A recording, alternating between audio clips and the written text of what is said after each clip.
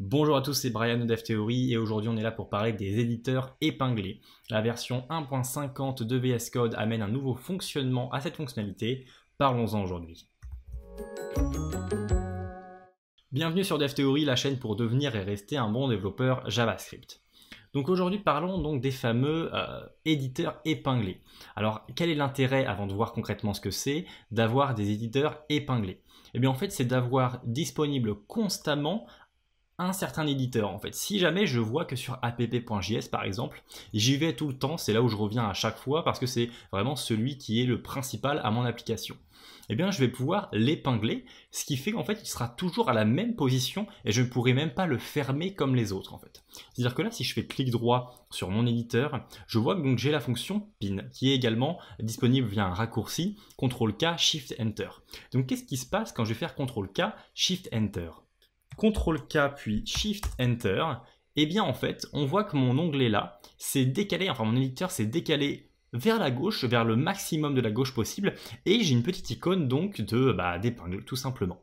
Et donc maintenant, qu'est-ce qui se passe? Si jamais je vais sur les autres par exemple, et même que donc, je me décale un peu puisqu'il y en a beaucoup, et bien je vois que lui il reste toujours ici. Et je ne peux pas vraiment le décaler. Si j'essaie de le décaler, et bien vous voyez qu'il n'est plus piné, il n'y a plus l'option de pin en fait. C'est-à-dire qu'en fait qu'il n'est plus tout à gauche. Donc je vais le remettre comme ça. Et quel est l'intérêt vraiment principal? Et bien l'intérêt principal, c'est que si jamais vous connaissez la commande Alt avec un certain nombre, par exemple 2, 3, 4, 5, et bien vous voyez que je me déplace dans mes éditeurs. Et bien maintenant, en faisant toujours Alt 1, eh bien je sais que je vais être sur mon app.js, puisqu'il est épinglé. Donc en faisant Alt 2, je vais arriver sur le deuxième, et puisque le deuxième n'est pas épinglé, eh bien je ne sais pas exactement lequel ça peut être. Par contre, si d'un coup mon index.js, eh bien je veux également le pin, eh bien je vais avoir maintenant deux éditeurs qui vont être pinés, donc le premier et le deuxième. Et maintenant si je fais Alt 1, je sais que j'arriverai toujours sur mon app, et Alt 2, j'arriverai toujours sur mon index.js. Donc les pins épinglés, c'est un intérêt pour ça. Mais il n'y a pas seulement ça en intérêt. Parce qu'on va avoir différents formats pour voir en fait au niveau visuel ces différents éditeurs épinglés. Et donc pour voir ces différents formats, on va faire CTRL virgule et on va taper donc pinned. Et on voit ici qu'on a actuellement le format normal. Et on va pouvoir également avoir le format compact. Le format compact va seulement prendre les extensions.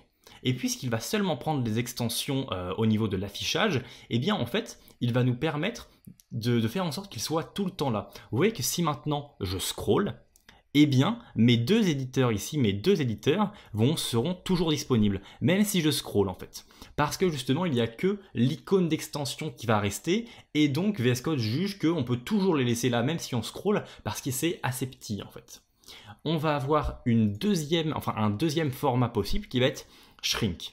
Shrink, ça va être un peu le mélange de normal et donc compact, parce que ça va faire en sorte de les laisser ici. Si jamais on a un nom qui est long, par exemple index.app.test.js, eh bien on n'aura que les premiers caractères de ce nom-là.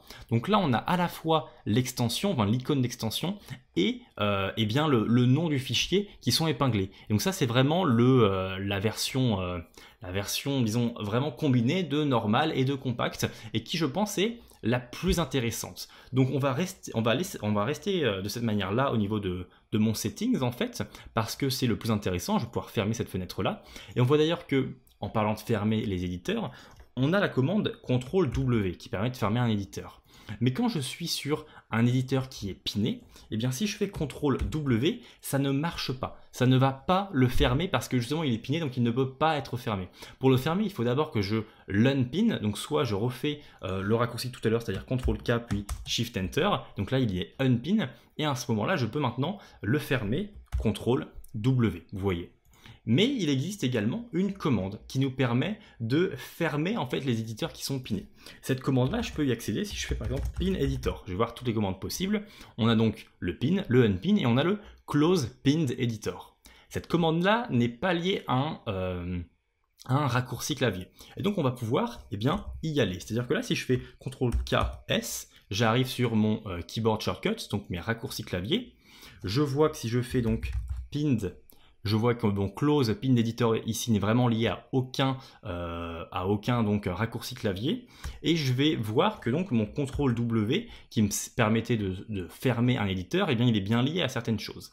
Et donc je peux me dire quel raccourci clavier je pourrais mettre pour fermer un éditeur qui est épinglé. Eh bien je pourrais par exemple voir si, clac, CTRL Alt W, il existe. Eh bien, il n'existe pas. Et donc, c'est justement celui-là qu'on va assigner pour notre pinned.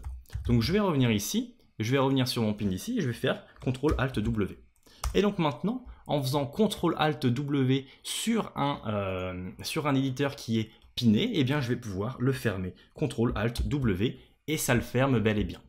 Et donc voilà, là on a fait un peu le récapitulatif de tout ce qui concernait eh bien, les éditeurs épinglés. Donc on a différents formats, on a un comportement spécial et on a également donc des raccourcis, par exemple Alt 1, Alt 2, Alt 3, qui vont nous permettre d'arriver vers nos éditeurs épinglés plus facilement, ou alors si c'est en compact ou en shrink, eh bien on peut simplement se décaler avec la souris et les cliquer directement. Avant de vous quitter, j'aimerais vous parler des 7 astuces pour finir sa journée plus vite. Eh bien, ce sont des astuces dédiées donc pour VS Code qui consistent en 3 raccourcis clavier, 3 extensions et une commande. Je dévoile d'ailleurs la première astuce directement sur cette page-là. Donc ce lien, vous pouvez l'avoir juste en description ou également à la fin de cette vidéo pour donc voir toutes les astuces spéciales DevTheory concernant VS Code. J'espère que, encore une fois, ces petites fonctionnalités vous ont plu. On se retrouve sur une prochaine vidéo et à bientôt avec DevTheory.